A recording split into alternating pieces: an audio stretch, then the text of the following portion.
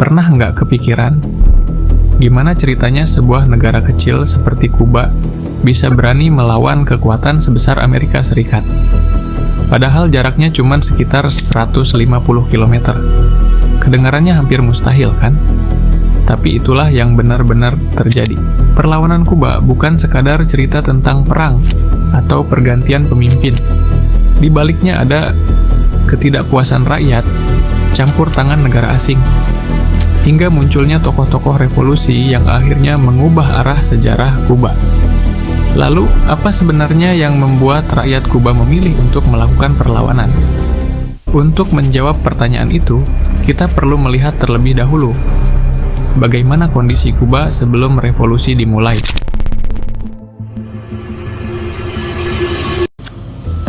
Sebelum kita membahas bagaimana perlawanan itu terjadi, kita perlu tahu bagaimana kondisi Kuba pada masa itu. Nah, pada awal abad ke-20, Kuba memang sudah merdeka dari Spanyol. Namun dalam praktiknya, Amerika Serikat masih memiliki pengaruh besar terhadap politik dan perekonomian Kuba. Banyak perusahaan Amerika menguasai kebun tebu, industri, dan pariwisata milik Kuba. Nah, akibatnya keuntungan ekonomi hanya berpihak kepada pihak asing dan segelintir kelompok elit saja, sedangkan masyarakat Kuba malah hidup dalam kemiskinan. Nah, kondisi ini semakin diperburuk ketika pada tahun 1992 seorang jenderal bernama Fulgencio Batista itu mengambil alih kekuasaan melalui kudeta militer. Pada masa pemerintahannya, kebebasan politik itu semakin dibungkam, lawan politik itu dicuri, dan korupsi semakin merajalela. Nah, walaupun pada masa itu perekonomian Kuba sempat tumbuh, tapi kesenjangan sosial itu malah semakin melebar. Nah, kondisi inilah yang akhirnya memicu kecewaan masyarakat terhadap pemerintahan Kuba. Banyak masyarakat menilai bahwa pemerintah Kuba itu hanya mendahulukan kepentingan segelintir orang daripada kesejahteraan masyarakat itu sendiri. Nah, dari sinilah muncul berbagai kelompok yang ingin membawa perubahan, salah satunya dipimpin oleh seorang pemuda bernama Fidel Castro. Nah, rasa ketidakadilan yang terus meningkat ini akhirnya memicu berbagai perlawanan. Nah, pertanyaannya, bagaimana bisa kelompok yang dipimpin oleh Fidel Castro yang awalnya kecil itu berkembang menjadi besar dan akhirnya berhasil menggulingkan pemerintahan Kuba pada masa itu?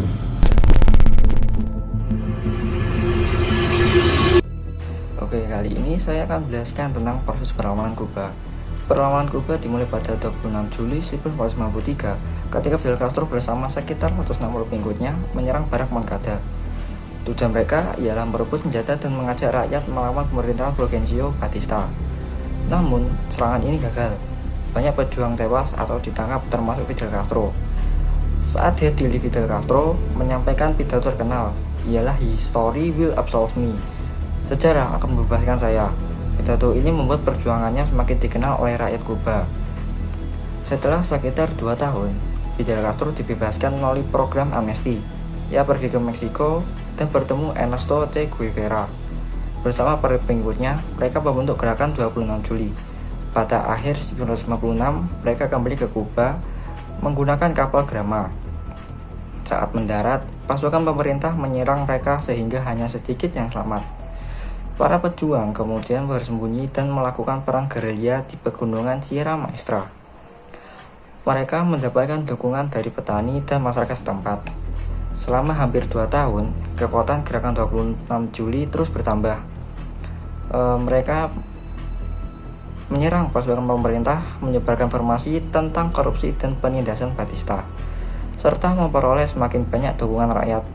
Akhirnya, pada 1 Januari 1959, Fulgencio Batista melarikan diri dari Kuba. Fidel Castro dan pasukannya masuk ke Havana dan mengambil alih pemerintahan. Peristiwa ini menandai kemenangan revolusi Kuba dan berakhirnya kekuasaan Batista. Setelah berhasil, Kuba mengalami banyak perubahan di bidang politik, ekonomi, dan hubungan internasional yang membawa dampak besar bagi negara tersebut. Selanjutnya adalah dampak perlawanan Kuba. Keberhasilan revolusi Kuba membawa perubahan besar baik di dalam negeri maupun di tingkat internasional. Dalam Negeri, Fidel Castro mulai menerapkan berbagai kebijakan baru. Pemerintah melakukan reformasi agraria dengan membagikan sebagian lahan kepada para petani dan menasionalisasi perusahaan-perusahaan besar yang sebelumnya banyak dimiliki oleh pihak asing, terutama Amerika Serikat. Selain itu, pemerintah juga meningkatkan akses pendidikan dan layanan kesehatan sehingga tingkat melek buruk dan kualitas kesehatan masyarakat mengalami peningkatan. Namun, di sisi lain, sistem pemerintahan berubah menjadi negara dengan satu partai politik. Kebebasan pers dan kebebasan berpendapat menjadi lebih terbatas. Sementara, banyak warga Kuba memilih meninggalkan negaranya karena tidak setuju dengan kebijakan pemerintah. Di tingkat internasional, hubungan Kuba dengan Amerika Serikat memburuk. Amerika Serikat menjatuhkan embargo ekonomi yang berlangsung hingga puluhan tahun dan memberikan dampak besar terhadap perekonomian Kuba. Karena tekanan tersebut, Kuba kemudian menjalin hubungan yang semakin erat dengan Uni Soviet. Hubungan ini membuat Kuba menjadi salah satu pusat persaingan antara blok barat dan blok timur selama Perang Dingin. Puncaknya terjadi pada tahun 1962 dalam krisis misil Kuba ketika Uni Soviet menempatkan rudal nuklir di Kuba sebagai respons terhadap kebijakan Amerika Serikat. Krisis ini hampir memicu perang nuklir, tetapi akhirnya berhasil diselesaikan melalui perundingan diplomatik. Dengan demikian, perlawanan Kuba tidak hanya mengubah pemerintahan di negara tersebut, tetapi juga memberikan pengaruh yang sangat besar terhadap dinamika politik dunia pada masa Perang Dingin.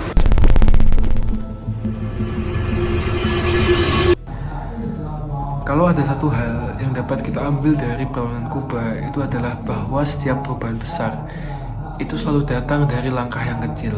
Nah, Fidel Castro dan para pengikutnya bukanlah orang yang besar. Mereka pernah gagal, mereka pernah ditangkap, bahkan mereka pernah dianggap tidak akan pernah berhasil. Namun mereka memilih untuk tetap bangkit dan pantang menyerah. Nah, dalam kehidupan, kegagalan juga bukanlah akhir dari segalanya. Nilai seseorang tidak ditentukan oleh seberapa sering ia jatuh, tetapi oleh seberapa kuat ia bangkit setelah jatuh. Setiap tantangan bisa menjadi proses membentuk kita menjadi pribadi yang lebih baik. Selain itu, perlawanan Kuba mengajarkan kita bahwa visi yang jelas mampu menggerakkan banyak orang. Ketika seorang memiliki tujuan, ia dapat menginspirasi orang lain untuk bergerak bersama. Karena itu penting bagi kita untuk memiliki tujuan hidup yang jelas. Sekecil apapun langkah yang kita ambil hari ini, namun ada satu pelajaran yang tidak kalah penting. Sejarah menunjukkan bahwa kemenangan bukanlah akhir. Setelah sebuah tujuan tercapai, tantangan baru akan selalu muncul. Oleh sebab itu, kita tidak boleh cepat puas dengan suatu keberhasilan. Teruslah belajar, terus berkembang, dan tetap rendah hati, karena mempertahankan itu lebih sulit daripada meraih. Nah, jadi apapun impian yang sedang kalian impikan, baik itu masuk perguruan tinggi, membangun usaha, meraih prestasi, atau menjadi diri yang lebih baik, ingatlah bahwa setiap perjalanan besar itu dimulai dari satu langkah kecil. Jangan takut gagal, jangan menyerah ketika keadaan terasa sulit, dan jangan pernah berhenti percaya pada kemampuan diri sendiri. Karena pada akhirnya sejarah tidak hanya ditulis oleh yang paling kuat, tetapi juga oleh mereka yang memiliki usaha untuk terus maju ketika orang lain memutuskan untuk berhenti.